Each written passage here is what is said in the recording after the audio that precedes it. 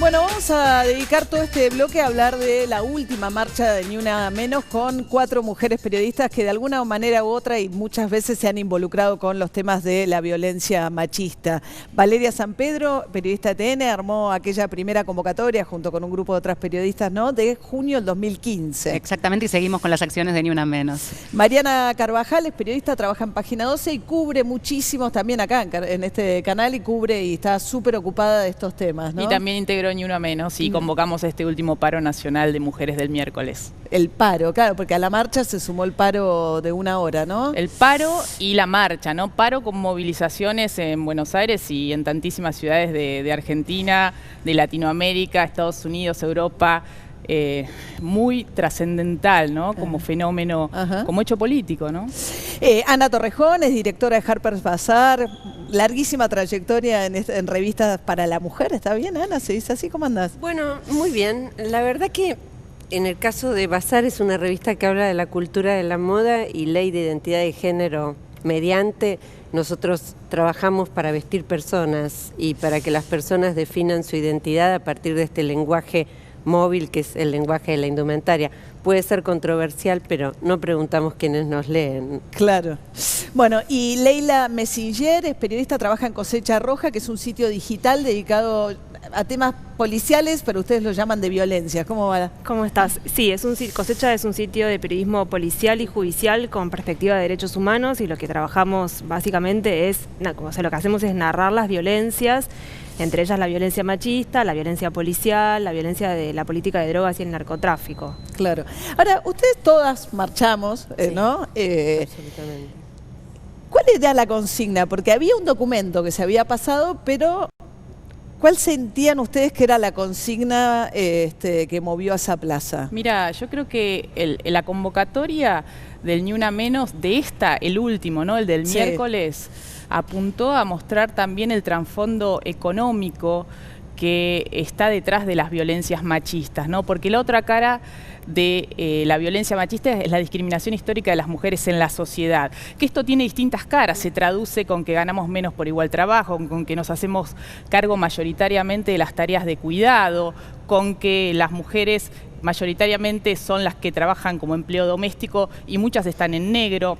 Y eso, en el Poder Judicial, por ejemplo, la base son mujeres y los que llegan a la Corte Suprema, a las Cortes Provinciales, a las Cortes Federales, son pocas las mujeres. Esa desigual ubicación de las mujeres en la sociedad es ese caldo de cultivo que favorece que unos hombres consideren a su pareja, a su expareja, a la novia, a la chica que va al boliche, a la joven que anda con mochila por Latinoamérica como parte de sus posesiones, ¿no? Y lo que quiso el paro, esta convocatoria, fue más allá de contra los femicidios, ¿no? No solo contra los femicidios son la expresión más extrema, pero está ese trasfondo económico. Por eso muchos decían, bueno, es un paro político. Sí, es político porque el feminismo es político. Sí, y lo creo personal que es hora de es político. empezar a desandar un poco esto que nos movilizó en aquel junio de 2015, que tuvo que ver con decir basta de femicidios.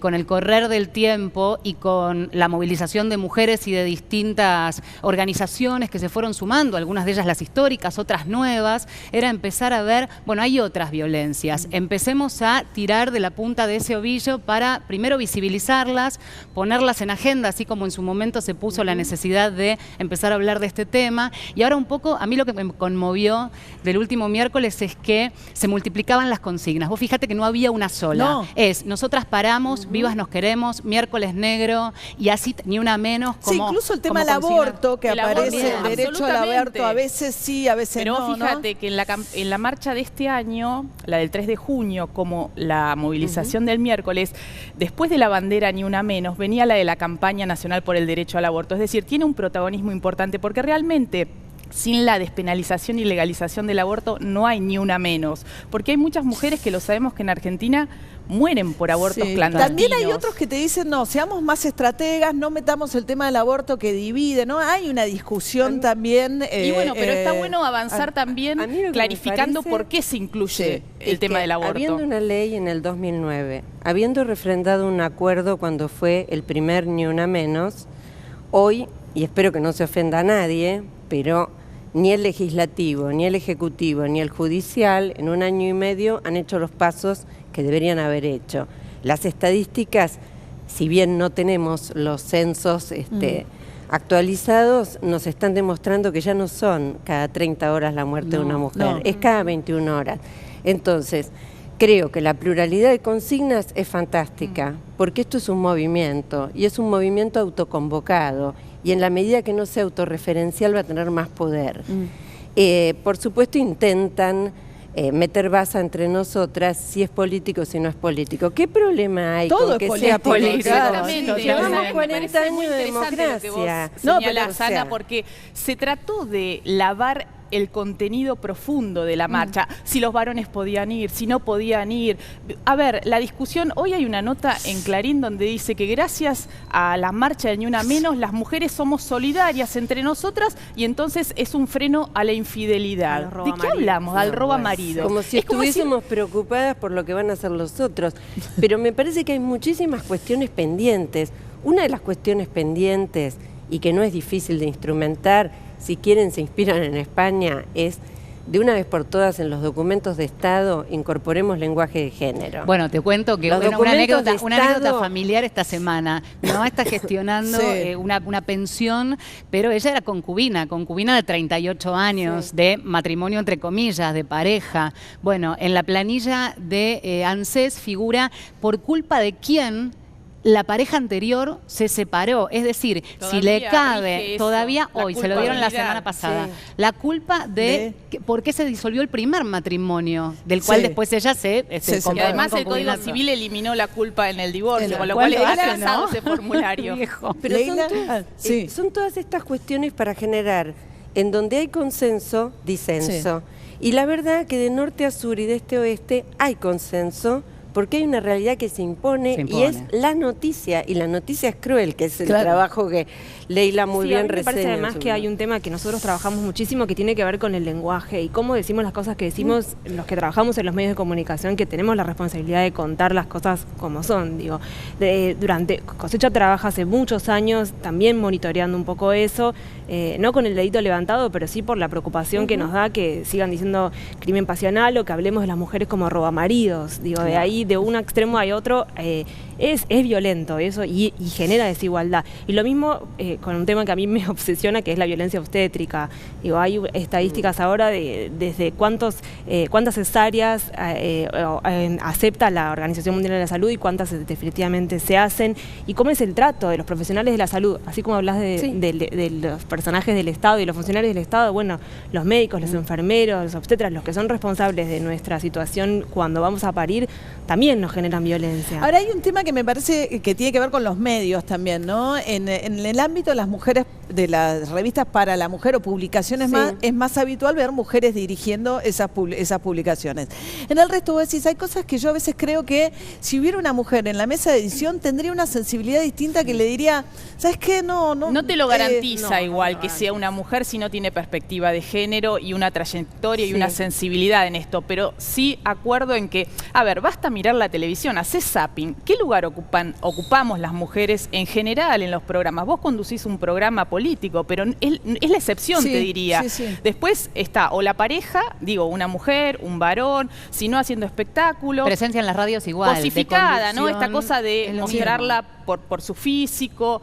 Y eso también contribuye a ese caldo de cultivo, ¿no? La cosificación de las mujeres en los medios. Ahora, lo interesante sería, perdóname, cuando dicen, ¿qué hacemos los varones? ¿Qué hacen? Bueno, todo esto pueden hacer. Reviertan todas estas aparece cuestiones. eso también. Explícame, ¿qué es la violencia de género? ¿Qué quiere decir un femicidio? Bueno, ¿qué es lo que no se puede decir? A propósito de lo que vos decís, los debates de esta semana, sobre todo en la televisión, era desviar la atención y hablar de la violencia que atraviesa la sociedad. Las sociedades son violentas por inequidad, por problemas de inclusión y demás. Estos son problemas de violencia de género que están tipificados. Entonces, no podemos desviar el eje. Después hablemos de otras cuestiones, de la vulnerabilidad que genera violencia, de distintas posiciones. Me parece que dentro del feminismo también hay muchas posiciones, son todas entendibles, cada una de nosotras verá en qué sector se encuadra, ¿verdad? ¿Y cómo evoluciona el concepto? ¿No? Vos decías, Mariana, que ella violencia doméstica ya no se usa en realidad dentro, ¿no? Crimen pasional, obvio, Claro. que es la idea de que hay un amor en el crimen. Cuando uno habla de crimen pasional le da Sí, como un amor una- en desborde, la amaba ¿no? tanto que la mató. Sí, Sí. discutieron y la acuchilló. Y La discusión no fue de igual, si la nunca, cuchilló. claro. La cuchilló.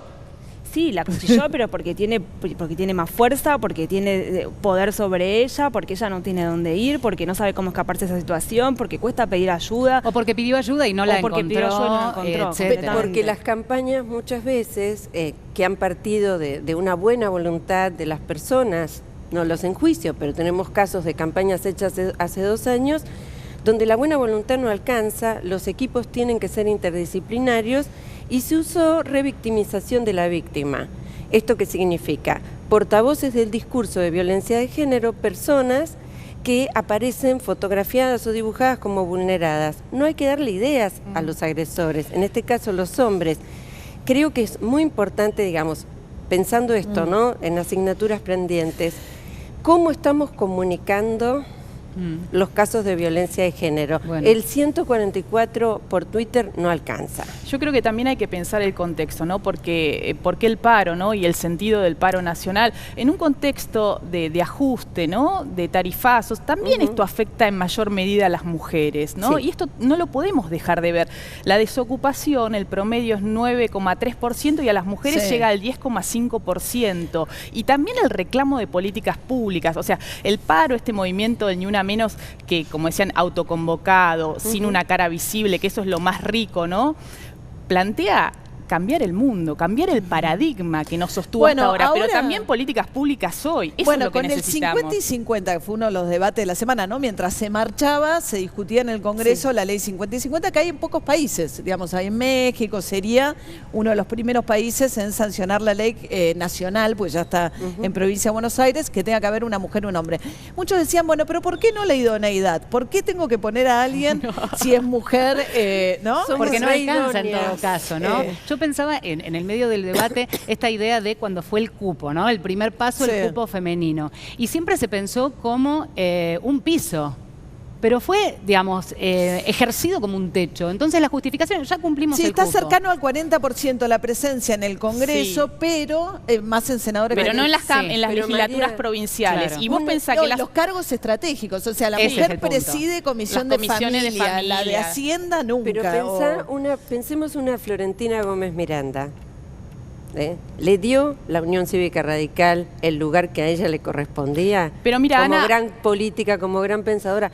Es muy necesario Yo creo seguir que Sí, los radicales evolucionando sin sobre esa incluso es un idea. partido muy machista. Pero mira, Totalmente. María, incluso correría el eje de la idoneidad, porque es injusto, ¿no? Porque ¿cuántos de los que están sentados hoy en bancas, varones, son idóneos? Claro. Haría una encuesta. Primero, hay un estudio hecho que muestra, las mujeres que están en las bancas hoy en la Cámara de Diputados tienen títulos más altos universitarios, Sí. faltan menos y presentan más proyectos. Digo, datos objetivos si queremos medir algo, pero iría más allá de eso. Las mujeres somos más del 50% de la población. Entonces, en un ámbito como es el legislativo, tiene que haber una representación democrática. De hecho, no llegan. ¿Por qué? Porque hay un techo de cristal, porque Sí. el poder lo manejan los hombres, porque históricamente estuvimos asignadas a lo doméstico y los hombres a lo Claro. público, y esto es histórico y hay que revertirlo. Bueno, no se puede. Necesitamos medidas de discriminación positiva. Claro, pero y también esto es te lo dicen, necesario. pero también te dicen, tuviste una presidenta, tenés una No vicepresidenta, derrama, no tenés derrama, la gobernadora claro. de la No. provincia. No Bueno, derrama. Yo traigo el otro argumento como para Sí. traerlo a la Está mesa, bien, porque pero es no, un poco no lo derrama privado. eso. ¿Eh? Vos fíjate Tampoco en lo que Vidal privado. tiene una sola ministra mujer, la ministra de Salud. Salud, Ortiz, Sí. la única en todo su gabinete. Es decir, ella es mujer, sí es gobernadora, llegó con sus méritos, pero no convocó a otras mujeres. Sí, Macri tiene menos un 20% Sí, de menos de- gabinete de Y a mujeres. nosotros Sí, ¿no? el nos argumento de cuesta Vidal en su momento muchísimo. fue que en haber ganado en distintos distritos se le llevó Macri parte del equipo que ya tenía pensado. Más allá de eso, es cierto que no hay formación de otras camadas que puedan llegar a ocupar esos Además lugares. a nosotras se nos complica muchísimo porque no tenemos las asistencias que deberíamos tener de parte del Estado. Y porque Y de además, los varones. una vez, no, y además, Y de las parejas. pero suponete que seamos ¿O sí? familias No. monoparentales. ¿Con qué red educativa contamos? con qué sistema contamos. Y además, por otra parte, cada vez que logramos un pequeño escalón se nos pregunta si sabemos hacer milanesas. Sí, comemos, sabemos pero hacer también milanesas. no, pero yo le decía medio en broma, pero me imagino que también obliga a modificar un poco las relaciones dentro. Digo, esto empezó como se decía violencia doméstica, una idea de que esto ocurría puertas adentro de las casas. Y ahora el concepto es como mucho más amplio. En realidad eso es reflejo de una sociedad en la que hay desigualdad. Hay desigualdad. Hay desigualdad en el lugar, en la ubicación de las mujeres. Pero en la si sociedad. no lo cambiás hacia, digo, me parece que también la cuestión de las relaciones yo me parece que los chicos igual ya vienen, sobre todo las chicas, como que es otra generación. Pero sabes que necesitamos la educación sexual integral para pensar ese cambio a largo plazo como herramienta fundamental de política de Estado. Y vos fíjate que con el cambio de gobierno no se sabe qué va a pasar con el programa. El programa está ahí, que no se sabe que si va, que si viene, y venían haciéndose capacitaciones masivas de docentes que necesitaban esa capacitación, y había provincias, por ejemplo, como la de San Juan, que no quisieron que sus docentes se capacitaran. Entonces vos decís, bueno, ¿cómo hacemos el cambio cultural de largo plazo? Bueno, esta cosa de, en mi colegio cuando era chica, mis viejos tuvieron una discusión, pues las chicas cosíamos mientras los varones hacían gimnasia, pero todavía hay situaciones en las cuales tenés actividades diferenciadas en los colegios. Sí, pero por eso, la educación sexual integral es una ley, y hay programas, y hay materiales, y hay herramientas, y hay un equipo genial en el Ministerio de Educación que está ahí medio que no sabe qué va a pasar. Estamos hablando de una ley que tiene más de 10 años, que cumplió 10 años, pues fue de 2006, entonces las herramientas estaban, no puede ser que hasta altura de 10 años los manuales también, no se haya. seguimos con mi papá lee el diario sentado en el sillón. Y la otra cuestión es que por violencia de género se da una sola clase por año en las escuelas.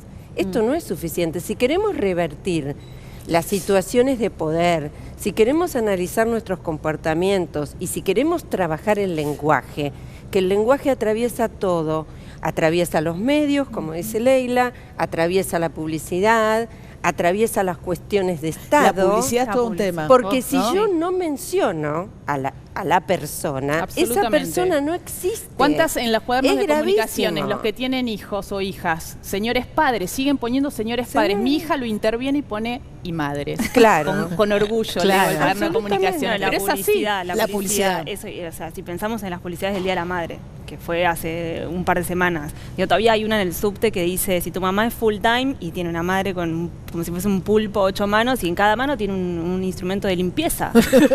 Y la verdad, o sea, es cierto que la paridad ayuda, que las leyes ayudan, pero bueno, es algo que tenemos que construir también desde otros lugares, desde otros espacios que también generan opinión. Claro. Sí, a ver, hay que otra pensar, sensibilidad, ¿no? Porque tener mujeres, pues si uno piensa, Cristina Fernández de Kirchner no tuvo en agenda el tema de género. No, pero tuvo políticas. Fue... Mira, ella no tuvo como política prioritaria combatir la violencia contra las mujeres, pero más hubo allá de que... educación sexual integral, hubo jubilación para las amas de casa, hubo mujeres en la corte, o sea, uno puede hacer, hubo programa de salud sexual y reproductiva con anticonceptivos para mujeres y para varones. Entonces vos ves un abanico de medidas, de políticas públicas que apuntan a todos estos rincones. Con un presupuesto del Consejo Nacional de la Mujer paupérrimo. En ese sentido, para mí, la mirada está puesta en qué pasa el año que viene, porque estamos hablando de un presupuesto del 200% respecto del año pasado, 2015, donde, si no me equivoco, tenía 8 millones y ahora va a haber 50 por año.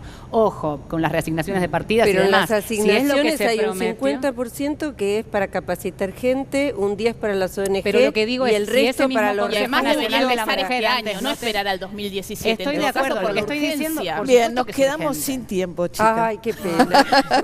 Muchas gracias a las 4 por haber venido. Nosotros nos reencontramos el domingo que viene aquí en Ronda de Editores. Muy buenas noches.